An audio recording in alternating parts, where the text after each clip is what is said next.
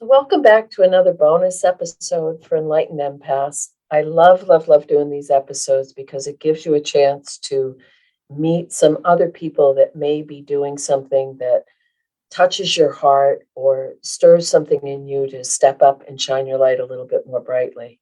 And I think that's what we all need right now. And today I am beyond happy, blessed, and excited to welcome Jen Lansink to the show. Jen's life took a 180-degree turn when her daughter Teal was diagnosed with special needs. She was running a multi-million dollar training and communications company within the biotech and pharmaceutical industries, traveling around the world facilitating interactive events and working too many hours. But with a few words from a neurologist, her whole world changed. Priorities changed, her focus changed. Now, almost 3 years later, Jen is host of a new podcast called For Our Special Kids, where she openly and honestly talks about the magic and the mess of raising a child with special needs. Welcome, Jen. It's such a pleasure to have you here. You just make me cry. I'm thrilled to be here with you. Thank you. I absolutely love your story. You were forced out of your comfort zone of what was your normal by this beautiful gift of your daughter. And now it has opened these floodgates to a world that is so much more than you ever could have imagined. So if you could share a little bit about your story, we would absolutely love to listen. It's funny when I start talking about Total Root Concepts, the company that I still actually run a little bit, I get into work mode. I'm work mode, and we can talk about clinical trials, and we can talk about drugs, and we can talk about all sorts of different things that way. And it was a wonderful place for me for 20 years. I loved running that company. And like I said, I got to travel all over and I worked a lot, but it was wonderful. And then I got pregnant through IVF. So Teal took a while coming, and she popped out 2 pounds, 1 ounce. And popped out means yes, cesarean section. They pulled her out of me. And, Denise, you have children. They told me she'd look like a little bird or an old man, and that she was supposed to be this little baby thing. And I still remember her cry, like hearing, just knowing, okay, she's alive. And then my husband, bless his little heart, he says to me, she's huge. Okay, now she's 2 pounds, 1 ounce, but we were expecting like a baby robin.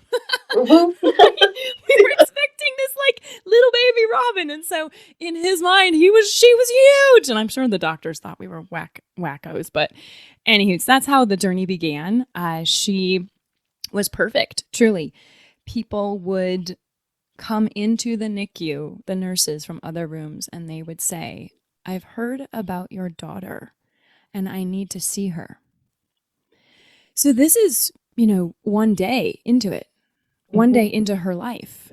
And from that moment on, Teal has inspired everyone she touches. And I feel so lucky to be her mom and that she chose me to do this journey with her. And as a result, I did have to change everything. I did have to tap into my intuition. I did have to learn from you in your classes and believe that in order for me to be the best mom to her, I had to raise my own vibration and I had to meet her. Well, I don't even think I can meet her where she is, but I had to try. I had to level up, as Sarah Lyle says. I had to level up and try to meet her so that I could help her be the person she's supposed to be, and she's helping me be the mom I'm supposed to be. You're offering this beautiful podcast, but also your outreach. Everything you do now is outreach to help people realize that what may be happening with someone's shell or their cognitive development or any of those things aren't indicative of who they really are and what they came here to do.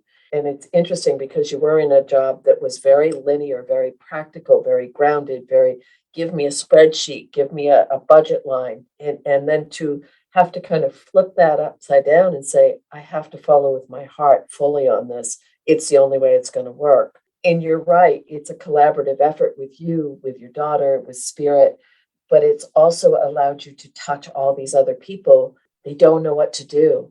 Almost like you're lighting the way and saying, it's okay. You'll figure this out. Here, let's do this together.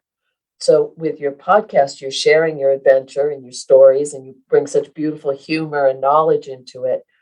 But as a mom, and you and I have talked about this a lot because of my background in special ed and having a brother who was the special services, and it's been a part of my life forever, that people don't understand the familial impact. They don't understand that this becomes your 24/7.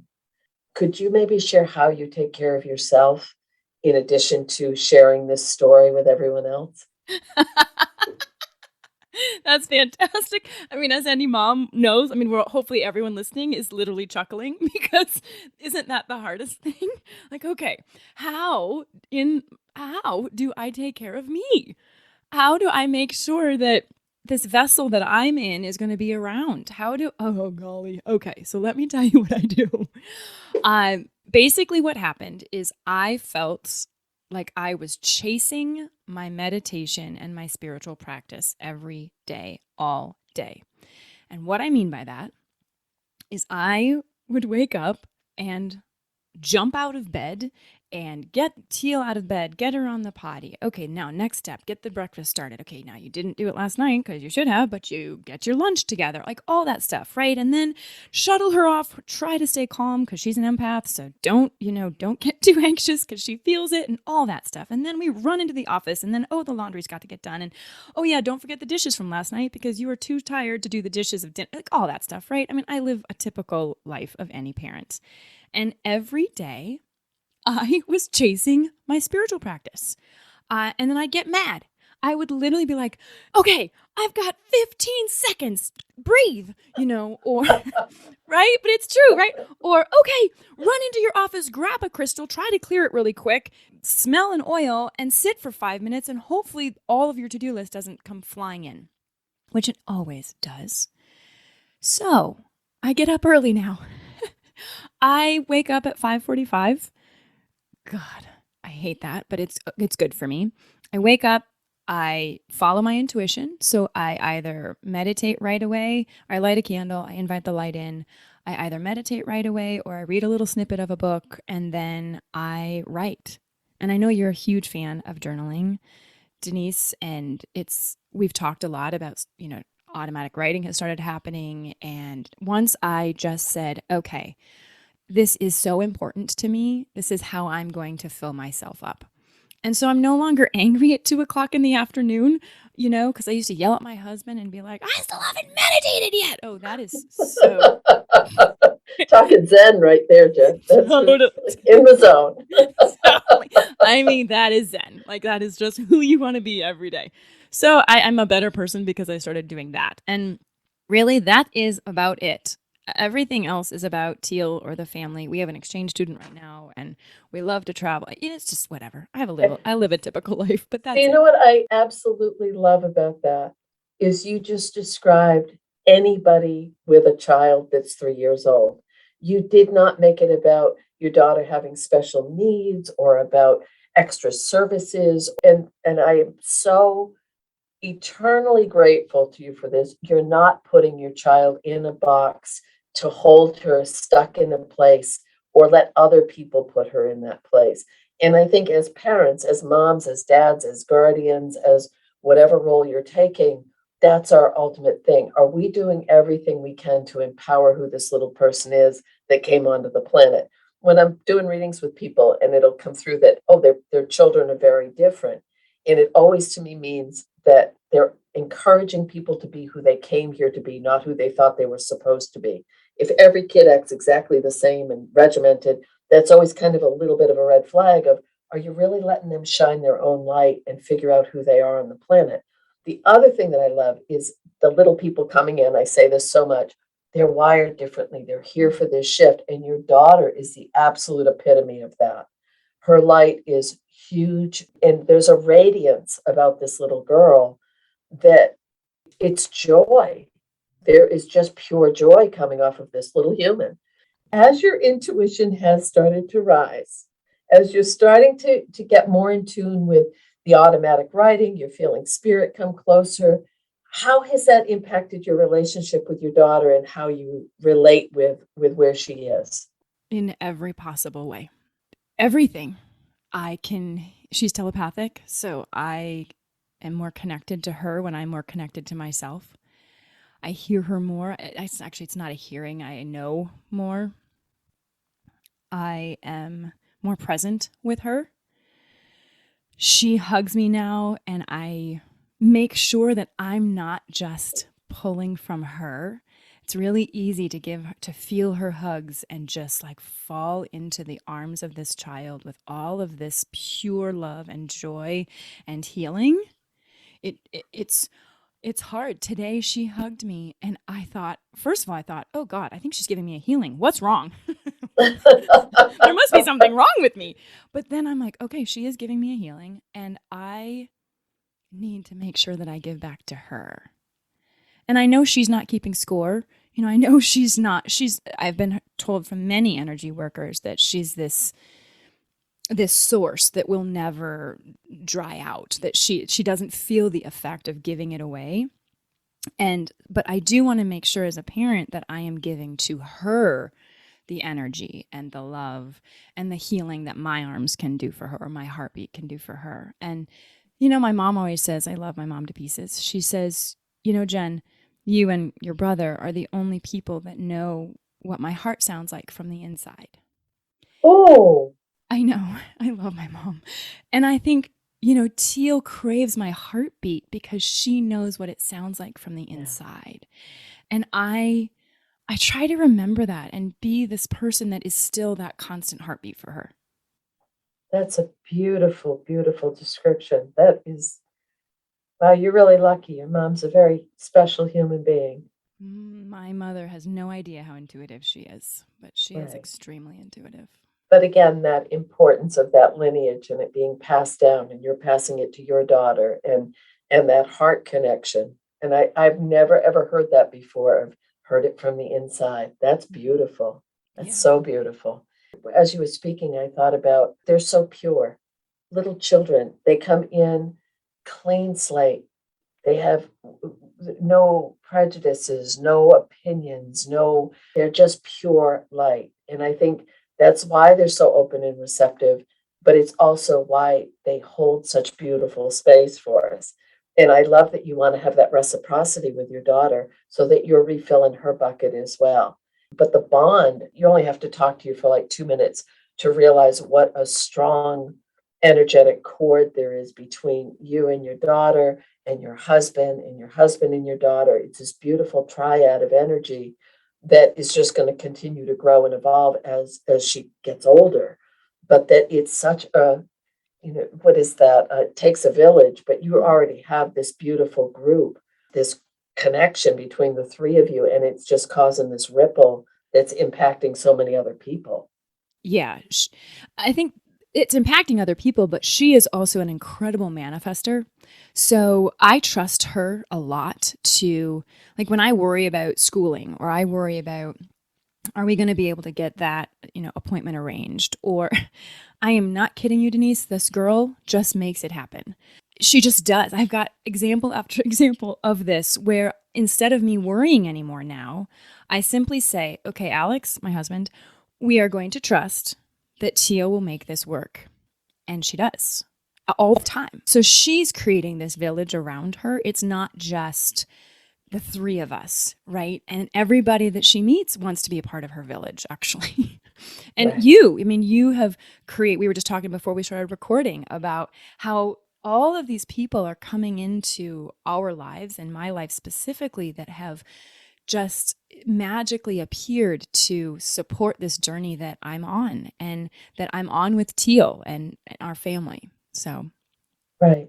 Now, one of my sons, his receptive language was off the chain. His expressive was very delayed.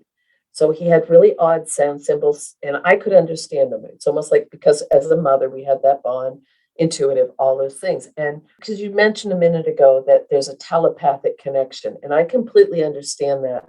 But could you share that with some listeners who may have a child or someone in their life? Because this isn't just a child. This is someone else, an adult, a partner, someone who no longer has the ability to speak. You can still use the same method and technique to connect. yeah. So it happened first that I remember when she was 4 months old. She doesn't cry. This kid is, like you said, she's just happy all the time. Well, typically. Now she cries because she gets frustrated because we don't understand her. But, and I didn't say, like, so she's nonverbal right now and she's non-ambulatory right now. I should probably, give listeners a little bit of information on that. She's the most communicative nonverbal kid you've ever met. She gets her way whenever she wants it. She gets people to, anywho, she's very. She's 3. She's 5. She's being. She's 5. 5 now. She's okay, 5, so she's being 5. That's totally 5. I'm going to get my own way. Okay, exactly. It's all about me, damn it. Oh, and boy, does she! Wowza! You should see her lay her head down on the hardwood floor and like pout and cry when I give her a hard no. I'm all, Teal, this is not happening. I don't care if you're sitting there pouting and going to start crying. And she does. And it's the hilarious. And then I try not to laugh. And sometimes I do because it gets her out of it. But sometimes I'm like, oh God, you are being ridiculous now. Come on. Now I'm talking to a 5-year-old that way. Probably shouldn't talk to her 5-year-old. Oh, anywho. It's okay. So 4 months. She doesn't cry. She was crying. My husband was holding her. And I got this hit. And I said, put a hat on her. Now, we were inside. She never wore hats, especially not inside. And he said, what? And I said, I don't know. Put a hat on her. Sure enough, put a hat on her, stopped crying. And he said, how did you know that? And I said, the interesting thing is I didn't hear the words. I had the feeling. But what I like to credit it to is not mother's intuition. I actually credit it to her. Mm-hmm. She sent this little energy packet of information, and I was open enough to take it. It has to come from them as well. And so I think for me, or to answer your question, is how can we all be more receptive to that? First of all, it's believing that it's possible. Exactly. You have to believe that this little magical being has so much that they want to tell you, or adult or whomever. And then open yourself up and don't deny it. And you talk about this in all of your classes and on the podcast, is don't talk yourself out of what those little energy packets are, right? These little messages that you get. Don't talk yourself out of it. Just trust it. And you might sound like a whack job, which I guarantee you, I did sound like a whack job when I told Alex, put a hat on her. Guaranteed. He was like, my wife's lost it. It must be postpartum, right? But in the end, that's what we did. And I think just don't complicate it, right? We all think this has to be this hugely complex. You have to have this gift when you're born. No, just listen. Thank you. Thank you so much, because that's exactly it. And when you factor love into the equation, that changes the whole dynamic even more. This is an odd question because I know if she's 5, you're dealing with different settings. Mm-hmm. Are people receptive when you go into talk with a provider or a school setting, or are they hearing what you're saying? It's so interesting. The first thing that popped into my head is, I don't care. I'm gonna tell him anyway, right? Mm-hmm.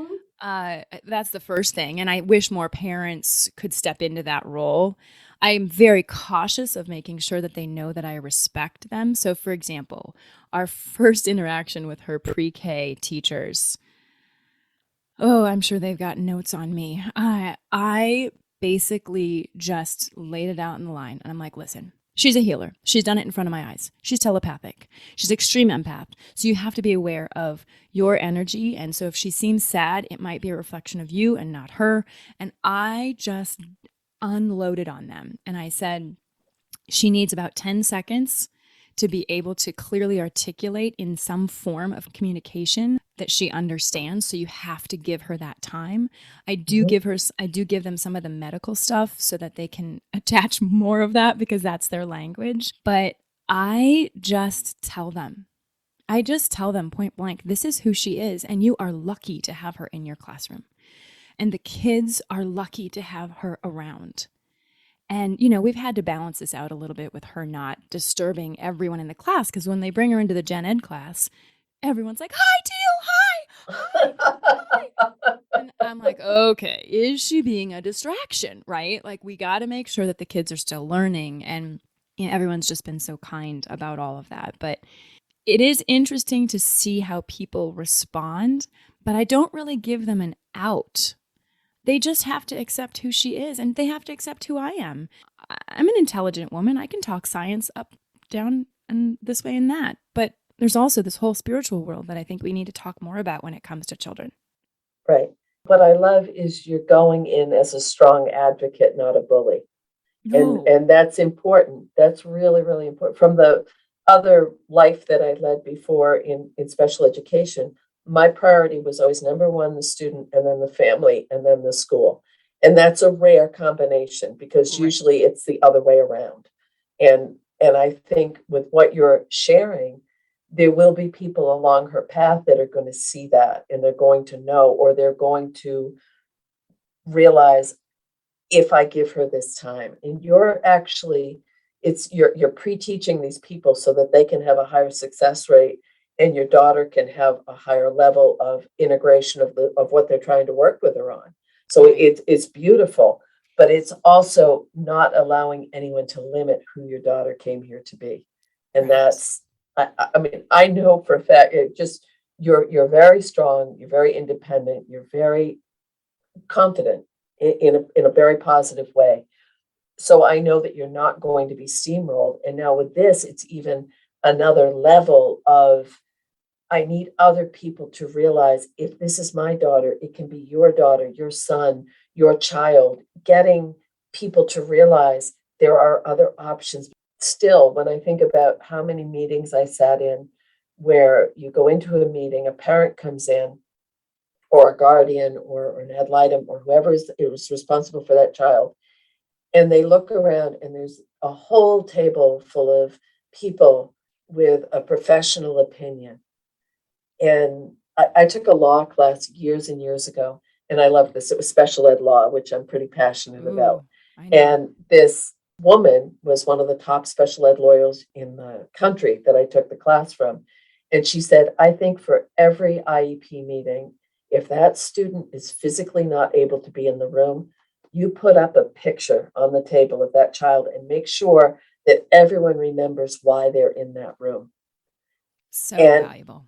and I think that that's what you're doing, not only with the way you're advocating for your daughter and opening people's eyes to how much more, because that ripple effect of you're sharing this information with her teachers, the people in her class, whoever else is who wants to hear it, but they're also able to take that information and transfer it to another student who may have similar ways of navigating or expressing themselves.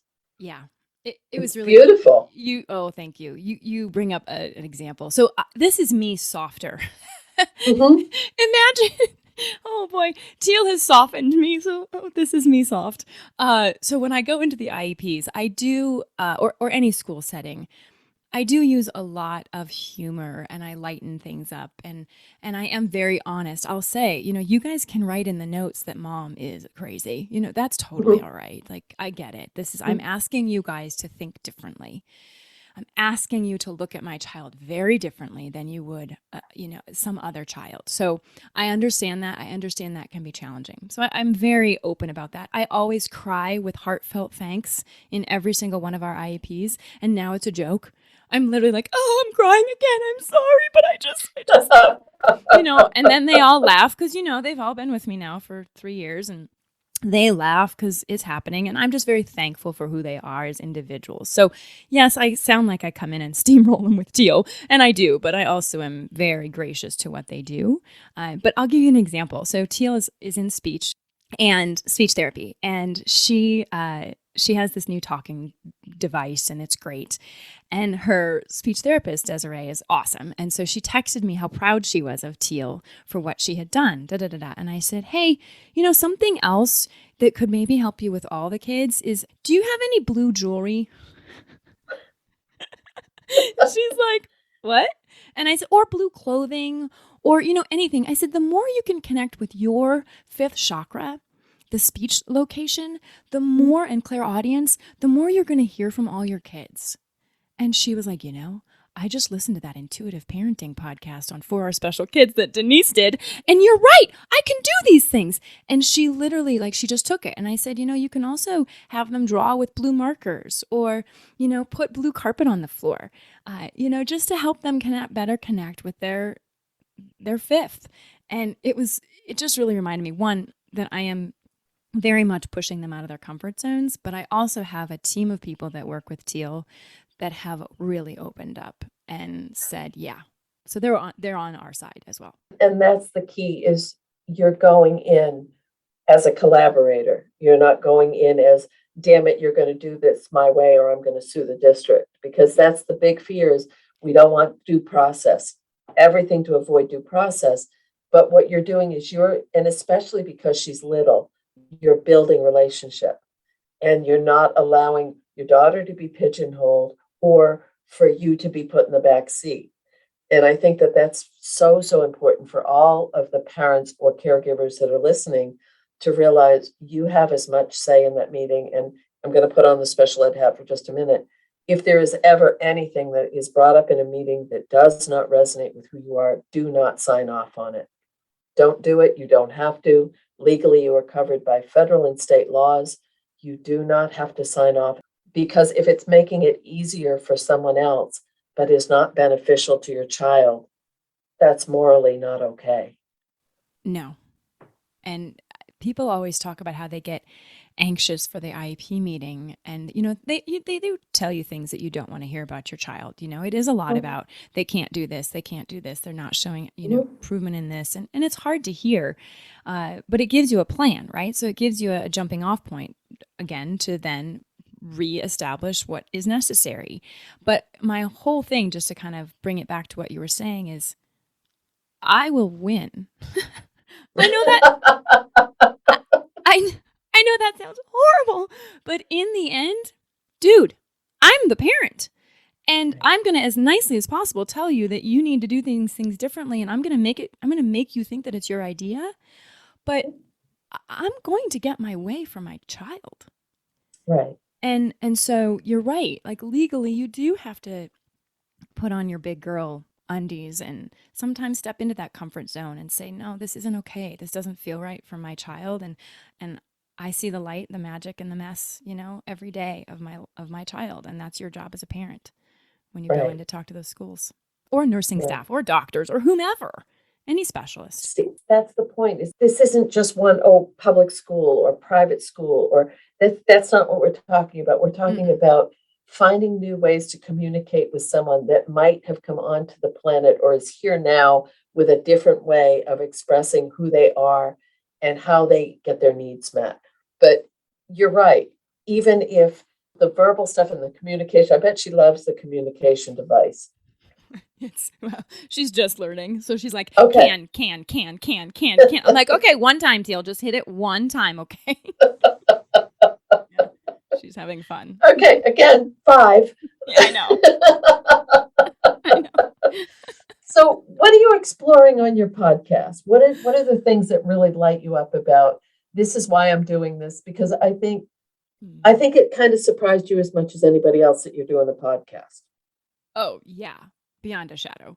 I have always been intrigued by hearing myself talk, but I didn't ever really think that I would, do something like this. So basically what happened was, like any parent or caregiver or family member, we're just going to say parent, but we're inclusive here. You hear those words from a neurologist or from a specialist of any sort that your child is going to be different and is going to lead a different life than you had dreamed for them. Truthfully, I'm very open on my website about that. I'm ashamed that I was sad that she wasn't going to be this perfect little being, and yet she's perfecter. Little did I know, right? You hear those words, diagnosis, syndrome, etc., and I just was beyond mortified and shocked and like, no. But then you go down these research rabbit holes and you wake up, you pull your head up, and it's 4 hours later, and you've been researching this one thing, and then you got into a stupid chat room, and then you're listening. Well, chat rooms don't exist anymore, whatever. Dating myself. Then all of a sudden, you're hearing about these stories and these horror stories, and I hated it. So so for me, I decided I'm not going to go down the medical road. I'm going to start looking at everything outside of medicine, which I think is stinkingly hilarious because my background is in biotech and pharmaceuticals, but the irony is not lost on me. So my husband went down the medical road and I went down the woo-woo, spiritual, energy, everything else road.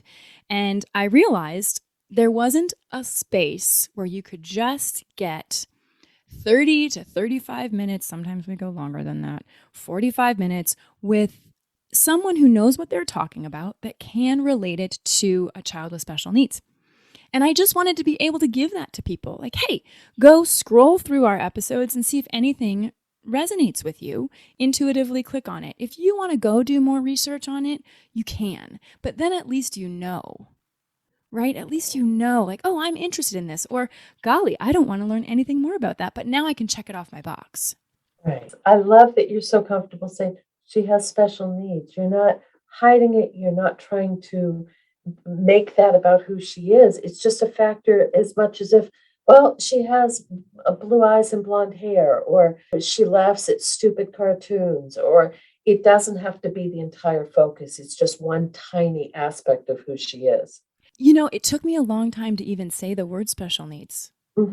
I know some of the reasons why, that there are a lot of preconceived notions and people immediately judge you or they'll say, I'm sorry. And you're like, ugh, right. I'm not sorry, but it did take me a while to honestly say, yeah, she has extra special needs. That's kind of how I like to say it. They're extra special. She's extra special. So of course she has extra special needs. Right. But still has all of the same abilities, capabilities, expressions, heart, love, everything that makes us human beings. Yeah. And so, see, one thing age does bring perception. I started working with this population when I was 14 years old, and they had a program in the town I grew up in for lower income youth. So they put us all on a bus and they had us go and work at this state institution. Not something you should do with a 14-year-old, but 14, times were different. And I was put on a locked ward where people were just pretty much put. And then I went into special ed, and I've worked in group homes and residential treatment and lockup facilities, all these things over the course of my life. But the one thing that is through that entire thing is see the human being, not anything else. See the light, look for that, and you will be effing amazed at the difference of your perception of who you're dealing with. And also, I think one of my sons, I love this expression when we'll be talking about things, and he'll say, he's really mellow, and he'll say, it's okay, the pendulum's just gone too far, it'll come back. And that's true, because we've become so anti-acknowledging what people are going through, because out of fear of hurting someone's feelings or offending or labeling or controlling, that we've forgotten to see the person. Does that? Oh. And it's not offensive, and it's not, I'm not saying we should go back to where my career started by any way, shape, or form. No, that was horrific. But I'm also seeing that now your daughter is in a gen ed classroom with kids who love her, with a parent who's there to advocate and say, she's great just the way she is. Let's figure out how to do this together. It's beautiful. It's absolutely beautiful. Thank you. And I do bring in a lot of ideas as well. I don't just make them come up with all of the solutions. I think that's an important thing to say, is I do think a lot. So Teal isn't getting as much math attention as she should, and she's falling a little bit behind where she should be and not where others are. And so I'm like, okay, hold on. She really likes art. So we need to incorporate art and math, because that's going to keep her engaged on numbers. Right. So, I mean, that's the stuff that I talk about with them, is I come up with different solutions. And it is because I always say she's not there yet. If they ask me to like nail something down. Well, damn it. None of us are there yet. Oh, Denise, I am. No, no, but you're right. We're all on this. I don't even like to say it. It's a journey because it's just this beautiful existence that if we can all just live more like Teal, Yes. I just Yeah. It, being in the moment, being present. I'm just going to throw myself on the floor and pout to see what I get for a reaction. that's what I was. You just read my mind. Are you intuitive? So I literally was like, oh yeah. I need to stop trying to always put on my tough shell sometimes. When I'm hurting, I need to say I'm hurting. When I'm Yes. frustrated, I'm frustrated. When I need help, I need help. You know, Teal is brilliant at being like, I want you to sit here and do this. And if I don't get my way, I am going to pout, or I'm going to tell you I need help, or I'm going to hang on you until you give me what I need. You know, as Right. adults, we don't always do that. We're not always vulnerable enough with who we are and what we need to say, this isn't working for me, and I need it to be presented in a different way. And she does that all the time. Yeah. And the fact that you are aligning more with your spirit team, with her spirit team, with so this isn't just, oh, I talked to a teacher or a nurse or practitioner. This is I'm bringing in every bit of energy that I can, not only to support my daughter, but our journey together and myself as an individual. So it goes back to my first question of how are you taking care of yourself? Mm. You are getting that input from spirit, and they're saying, you're on the right track, Jen. Keep doing what you're doing. And they keep, it's almost like they keep throwing you, okay, the energy packets. I love that analogy. That's beautiful. But spirit is saying, okay, now this is your next step. Now this is your next step. And for you, because I've known you a while now, it's been so fun to watch like the stepping stones being put out and they're guiding you so serendipitously on not only how to help your daughter navigate, but also to help you figure out how am I supposed to do this? And once you hit that place of surrender, help me, please, all of a sudden the synchronicities start, the people start showing up. And it's important because, again, and it would be wrong not to say this, there's also for anyone who is overwhelmed or in a situation with someone that they're not sure they're getting their needs met, there is that lonely, there is that fear, there is that crying in the middle of the night of how can I change this? What can I do? And from my own personal experience, that gets less. It gets because the other aspects increase and you start realizing, oh, okay, now I'm starting to get it. Yeah. Yeah. And yet, Denise, I will still tell you, as much as I have a positive outlook and my daughter's freaking amazing. Do you like how I edited that right there? Uh-huh. Yes, yes, that's She's good. effing amazing. I still cry in the middle of the night. Hmm. I still have a pit in my stomach sometimes. Yep. You know, and it's hard, but it's the It, journey that we decided to take together.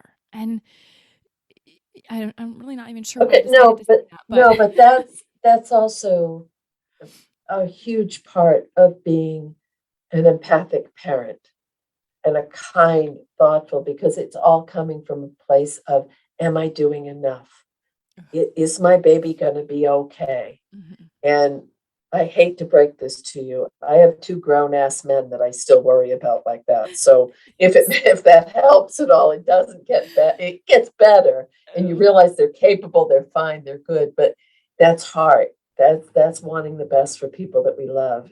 But that lonely in the middle of the night time is real, and yeah. I think having something to remember that this too shall pass. We'll get through this. We'll find the solution. And as you said, let your daughter lead the way. Yeah. Okay, Teal, help me figure out where to go from here for you. Yeah. Beautiful. And I really encourage parents, anyone, to do that. To just simply Mhm. say, okay, let's do this together. And you can have that conversation with them in the middle of the night while they're sleeping and you're heart aching. And you can say, I'm going to send it up there to whomever, but I'm also going to ask my co-creator here, you know, my Yes. daughter, I'm going to ask her too. And I'm going to write a book someday called My 5-Year-Old Smarter Than Me, because she is. She is. And I think it will be an amazing book because you're fun, you're articulate, you have a beautiful way of bringing light to this. So, how can people find you and Teal and the podcast and more information? So the podcast is for our special kids. And it's literally the podcast itself is on any of your platforms that you can find to listen to. And if you do listen and you like it, please rate it because we're really new. And then I'm at 4ourspecialkids@gmail.com. The Facebook and Instagram handles are 4ourspecialkids. You're seeing a common theme there. And I got a message from someone the other day that listened to your episode actually, and it made me cry.